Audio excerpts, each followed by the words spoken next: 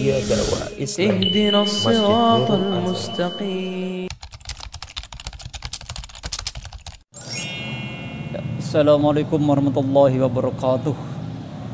Bismillah, alhamdulillah, wala khala wala quwwata illa billah ma ba'dah.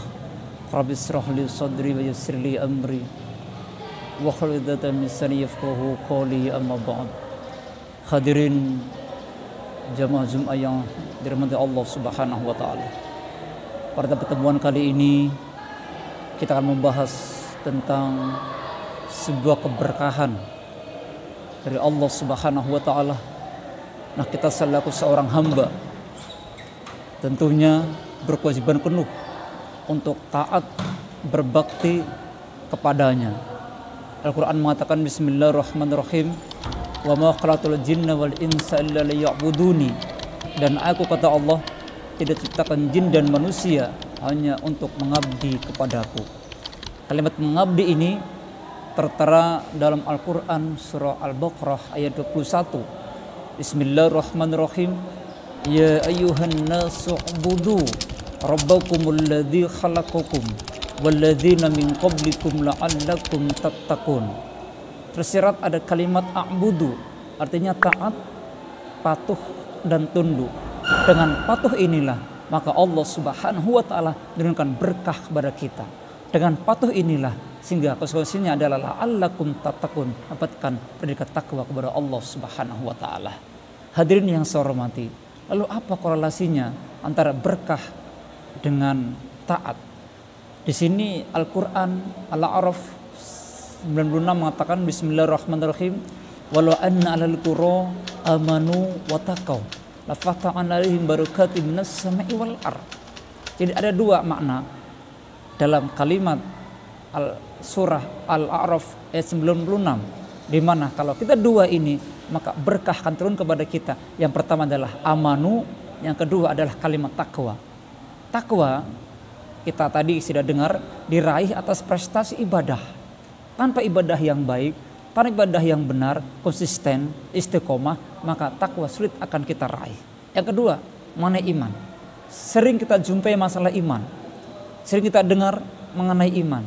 Dan ternyata iman adalah ada 3 cabang, ada 3 kriteria.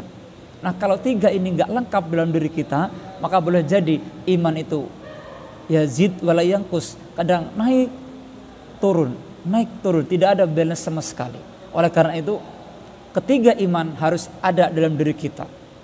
Dan bukan hanya untuk kita, tapi untuk keluarga kita, anak-anak kita, generasi yang akan datang. Sehingga dengan iman dan takwa itu, maka Allah Subhanahu wa taala menurunkan berkah kepada kita untuk semua manusia kena pemberian Allah Subhanahu wa taala baik dari langit maupun dari bumi. Hadirin yang saya hormati, kita kembali ke masalah iman. Iman kita dengar adalah percaya. Tapi dengan percaya itu kita buktikan dengan perbuatan kita. Percaya dengan adanya Allah berarti percaya dengan adanya hari pembalasan. Dengan itu sebagai seorang hamba maka patuh dan tunduk dengan Rabb kita, kan di situ ada hari pembalasan. Karena prinsip orang beriman adalah setelah kita hidup pasti akan mengalami kematian. Setelah kita mati, disitulah kita akan dibangkitkan kembali. Setelah kita bangkit kembali, disitu akan dimintai pertanggungjawaban atas apa yang dilakukan selama di dunia ini. Karena itu ada, maka berlakulah hukum Allah Subhanahu wa taala kepada kita. Kalau kita taat, maka jaminannya adalah ridha Allah Subhanahu wa taala. Kalau kita ingkar, maka Allah tidak suka-sukanya untuk mengazab kita.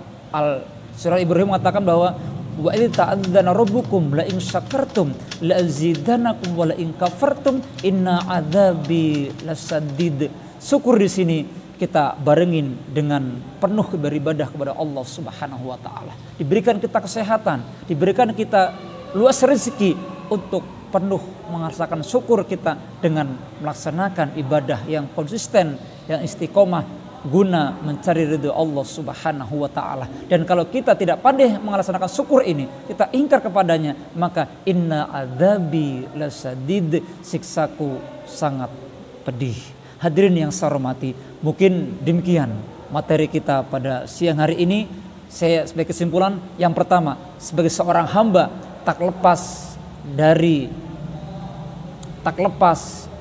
ingat, saya ulangi lagi, tak lepas dari pemberian, tak lepas dari tugas kita seorang hamba, yakni patuh, tunduk dan taat kepada Rabb kita, yakni Allah Rabbul Izzati. Yang kedua, sebagai seorang hamba juga harus berkewajiban penuh untuk menjaga kelestarian alam, keseimbangan alam dengan tidak merusak lingkungan, dan juga harus kita menebar kasih sayang kepada umat manusia, kepada seluruh alam, agar kita mendapatkan keberkahan dari langit maupun dari bumi.